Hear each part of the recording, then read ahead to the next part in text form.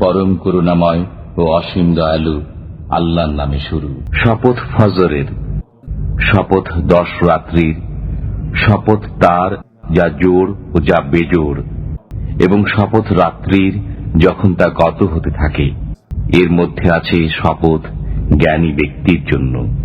আপনি কি লক্ষ্য করেননি আপনার পালনকর্তা আদ বংশের ইরাম গোত্রের সাথে কি আচরণ করেছিলেন, যাদের দৈহিক গঠন স্তম্ভ ও খুঁটির ন্যায় দীর্ঘ ছিল, এবং যাদের সমান শক্তি ও বলবীর্যে সারা বিশ্বের শহরসমূহে কোন লোক সৃজিত হয়নি, এবং সামুদ গোত্রের সাথে যারা উপত্যকায় পাথর কেটে গৃহ নির্মাণ করেছিল, এবং বহু কিলকের অধিপতি ফিরাউনের সাথে যারা দেশে সীমা লঙ্ঘন করেছিল, অতঃপর সেখানে বিস্তর অশান্তি সৃষ্টি করেছিল।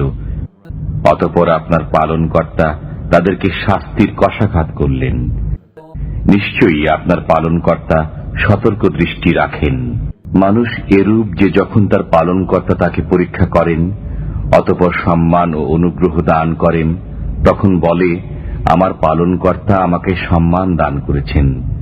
এবং যখন তাকে পরীক্ষা করেন, অতঃপর রিজিক সংকুচিত করে দেন, তখন বলে, আমার পালনকর্তা আমাকে হেয় করেছেন।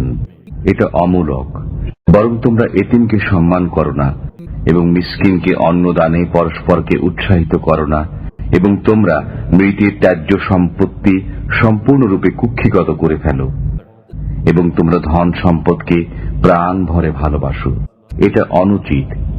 যখন পৃথিবী চূর্ণ বিচূর্ণ হবে এবং আপনার পালনকর্তা ও ফেরেশতাগণ সারিবদ্ধভাবে উপস্থিত হবেন, এবং সেদিন জাহান্নামকে আনা হবে, সেদিন মানুষ স্মরণ করবে, কিন্তু এই স্মরণ তার কি কোনো কাজে আসবে?